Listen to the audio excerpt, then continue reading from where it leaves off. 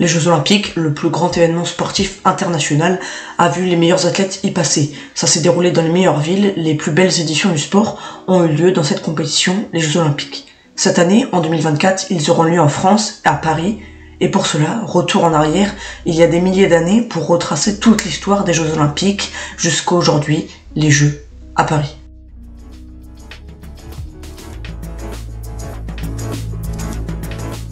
Salut les amis et bienvenue dans cette première vidéo de la série Olympique en route pour Paris. Donc vous l'aurez compris, aujourd'hui on va traiter de l'histoire des Jeux Olympiques, un retour dans le passé, dans l'Antiquité, notamment la Grèce antique, avant de revenir jusqu'à ces Jeux modernes par Pierre de Coubertin. Et puis on parlera des Jeux d'aujourd'hui. Vous aurez d'autres vidéos, donc le programme est donc connu, il est disponible sur les autres réseaux sociaux. C'est donc le début les amis d'une grande série sur la chaîne pour le stade, un grand événement à suivre pour toute cette quinzaine olympique qui commence d'ailleurs très bientôt le 26 juillet avec la cérémonie d'ouverture. On commence donc tout d'abord avec les Jeux dans l'Antiquité. Il y a environ 3000 ans dans la région du sud-ouest de la Grèce, dans le Péloponnèse, où les premiers Jeux auraient eu lieu vers -776 avant Jésus-Christ.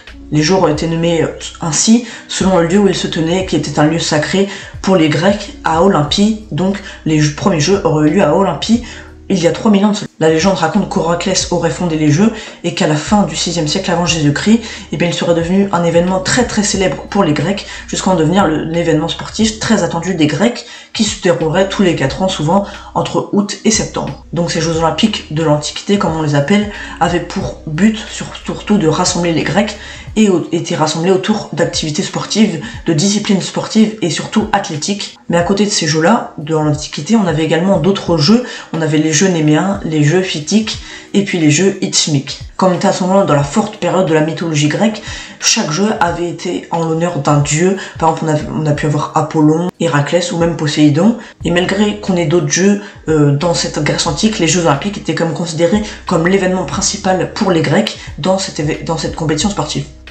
Une autre information pour connaître ces jeux, c'est évidemment que avant ces Jeux Olympiques de l'Antiquité, avant chaque édition, des messagers allaient donc de cité en cité pour prévenir qu'il y avait une trêve sacrée et qu'il y aurait donc ces Jeux Olympiques qui seraient organisés. Et donc on parlait de trêve sacrée, comme s'il n'y avait plus de combat, et donc tous ceux qui souhaitaient, les athlètes sportifs notamment, pouvaient donc se rendre à Olympie sans qu'il y ait de tension ou d'affrontement. Cette trêve sacrée a donc eu lieu et a été formée dans le 9e siècle avant Jésus-Christ en Grèce et a été signée par 3 rois pour signer donc cette trêve olympique. Il faut également savoir que la participation des femmes dans ces jeux n'existait pas, on avait le droit seulement pour les hommes de participer aux Jeux Olympiques de l'Antiquité. Également, les femmes mariées ne pouvaient pas y participer, et puis pour les vainqueurs, on n'avait pas de médaille de bronze, d'argent ou d'or comme aujourd'hui, mais bien une couronne d'olivier pour récompenser les vainqueurs.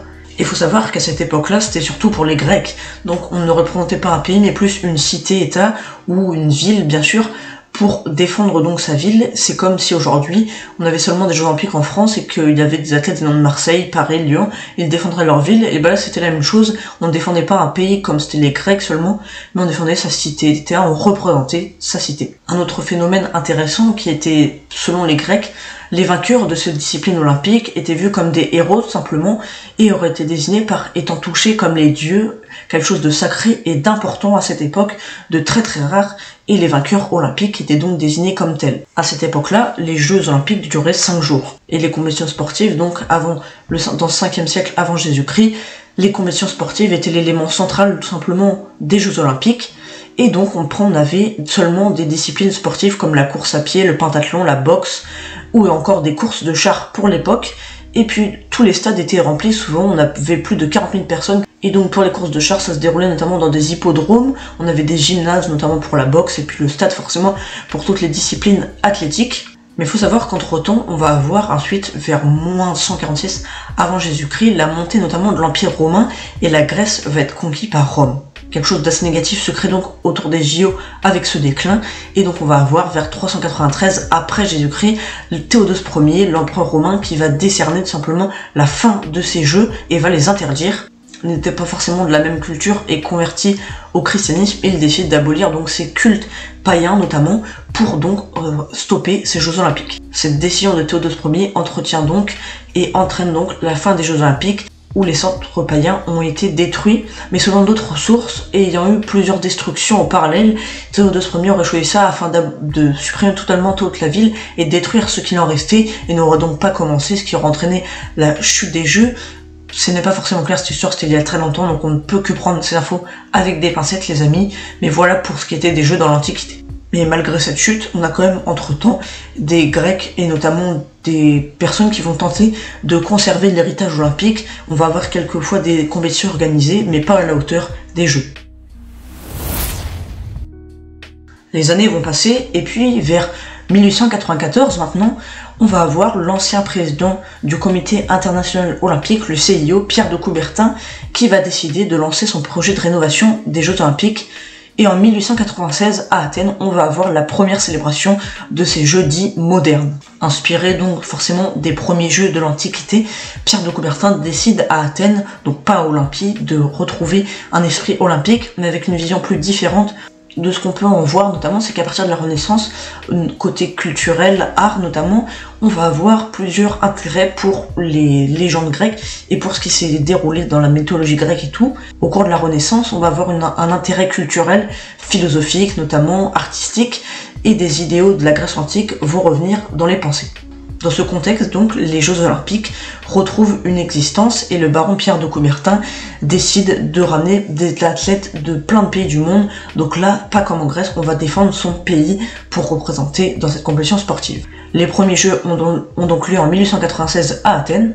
En faisant revenir ces jeux, et bien tout simplement, on va avoir forcément comme un modèle basé sur la Grèce antique et qui va forcément passionner certains et certaines personnes de la Renaissance pour offrir un véritable lieu de culture que seront les Jeux Olympiques. Si on s'attarde maintenant un peu plus à Pierre de Coubertin, il est considéré comme le père fondateur de ces Jeux Olympiques tout simplement. Il a eu un rôle crucial pour faire revenir ces jeux, et ce baron va donc avoir une vision importante et différente, un sport avec des valeurs et un sport dans lequel on représente un pays avec des valeurs. Pierre de Coubertin, au-delà de son rôle d'ancien président du CIO, c'était un intellectuel qui était assez passionné par l'éducation et par la physique, donc l'éducation physique dans laquelle il va s'intéresser et est convaincu que le sport peut changer des choses. Il va donc avoir en tête des idéaux de paix, de partage que seront les Jeux Olympiques, et forcément ça peut un peu rappeler la trêve qui était déclarée à un mois souvent avant les épreuves dans la Grèce antique, dans ces JO de l'Antiquité. Pierre de Coubertin va donc promouvoir plusieurs aspects, dont celui du fair play qui est très important, le respect et évidemment l'excellence, comme quoi le respect, le fair play dans le sport n'empêche pas de performer et d'être très très bon. Donc Pierre de Coubertin va promouvoir l'excellence, le sport, le respect, et puis on va avoir une citation très intéressante de lui sur les athlètes. Le plus important aux Jeux Olympiques n'est pas de gagner mais de participer, car l'important dans la vie, ce n'est point le triomphe, mais le combat. L'essentiel, ce n'est pas d'avoir vaincu, mais de s'être bien battu. Cette citation de Pierre de Coubertin, elle montre son envie de avoir un esprit avant tout de fair play et de respect entre athlètes et entre même les spectateurs, entre eux tout simplement. Et il montre que donc l'important forcément n'est pas de gagner, et c'est vraiment la vision primaire qu'il a des Jeux Olympiques, mais bel et bien de participer, que le dévouement pour un pays est déjà énorme et que gagner est plus secondaire dans cet esprit de fête et de sport. Et puis on va avoir tout d'abord 14 pays avec des athlètes donc venant de 14 pays différents pour participer à cette première édition des Jeux modernes. Pour la cérémonie d'ouverture, on va d'abord avoir la rallumage de la flamme olympique, des défilés comme aujourd'hui, des discours qui seront tenus par des grandes personnes du sport, et donc on retrouve un esprit un peu commun à celui d'aujourd'hui. Ces jeux, initiés par Pierre de Coubertin en 96, montrent donc qu'ils sont basés sur l'Antiquité, mais qu'ils prônent à la fois des valeurs de respect et qu'ils a comme vision primaire notamment des JO et du sport que l'important est de bien participer, mais c'est donc une continuité des jeux antiques qui vont aujourd'hui faire ne serait-ce qu'améliorer et être dans la continuité d'une évolution importante pour les Jeux Olympiques, que ce soit socialement ou autre. Dans quelques jours les amis, avant de reprendre la troisième partie et dernière partie sur les jeux contemporains, on aura une vidéo sur les jeux de 1896 à Athènes, la première édition, une vidéo dédiée seulement à ça. Je vous invite pour cela à vous abonner, à mettre la petite cloche pour ne rien rater, pour sauter sur l'occasion dès qu'elle sortira. Aujourd'hui, les jeux contemporains ont évolué depuis 96. Des éditions toujours tous les 4 ans, mais qui ont basculé dans plein de villes aujourd'hui et qui ont mêlé à la fois des aspects politiques où les JO ont servi d'outil de propagande, comme on le verra lors du 3e épisode de cette série. Les Jeux Olympiques également ont toujours cet esprit de fête et rassemblent de plus en plus d'athlètes. Vers Paris, on en attend à l'heure actuelle 10 500, avec autant de femmes que d'hommes. Un total de 329 épreuves seront prévues pour Paris et 32 sports sont prévus et toujours cette volonté de s'améliorer, de faire mieux avec un nouveau sport notamment qui va apparaître comme le breakdance pour toujours améliorer cet esprit, concerner tout le monde. Sur le plan socio-culturel, les Jeux Olympiques apportent forcément un côté historique, mais à la fois de dévouement et de valeurs importantes dans la vie, comme peuvent apporter les valeurs de Pierre de Coubertin. Sur le plan économique, les Jeux Olympiques, ça permet un véritable développement pour les pays malgré un coût pour accueillir, notamment comme cette année pour la flamme olympique. Un coût est important, mais il permet également aux infrastructures et aux villes de se développer en accueillant des épreuves pour les villes hautes, notamment comme Paris, de passer un nouveau cap sportif, ça réclame une certaine exigence que d'organiser des Jeux Olympiques. Et pour cela, l'objectif à l'heure actuelle, et qui a été fait notamment très bien par Londres 2012, c'est de voir dans le futur, au-delà de la période olympique, il faut s'engager pour être utilisé dans le futur et qui s'inscrivent dans une durée pas seulement olympique, mais future. Les Olympiques d'aujourd'hui ont tout de même des répercussions sur l'environnement notamment, où tout n'est pas forcément louable et plusieurs choses sont critiquables, mais il faut savoir que les JO ont à la fois un but plutôt positif pour les villes ou pour les pays qui accueillent. L'expansion des Jeux Olympiques donc a eu un rôle historique, culturel, en apportant aux gens un dévouement et un partage simplement, se réunir pour partager les exploits français ou ce qu'on aime évidemment pour son pays, voir ses pays gagner, voir des athlètes se dévouer, travailler pour. Et donc aujourd'hui, j'espère que j'aurais pu vous réussir à être le plus clair possible pour vous faire vivre l'histoire de ces Jeux Olympiques, ce grand événement qui a fait parler de lui pendant des années et qui continuera, on l'espère, de plus belle pour faire vivre le sport et réunir les plus grands pays du monde, tous les pays du monde, sur le sport. Si la vidéo vous a plu les amis, n'hésitez pas à vous abonner, on rentre dans cette période olympique donc je compte sur vous. Également, allez voir sur X, Instagram ou même TikTok pour vous abonner les amis, ça va envoyer pendant les Jeux Olympiques, n'hésitez pas à aller filer pour voir tout le contenu disponible. N'hésitez pas également à lâcher un petit commentaire si ça vous a plu tout simplement pour référencer cette vidéo et puis à vous abonner à la chaîne YouTube. J'espère qu'on va vite monter pendant ces Jeux Olympiques pour progresser et passer un cap. Je vous dis à bientôt sur le stade, on se retrouve demain pour une nouvelle vidéo. N'hésitez pas à activer la cloche. Salut!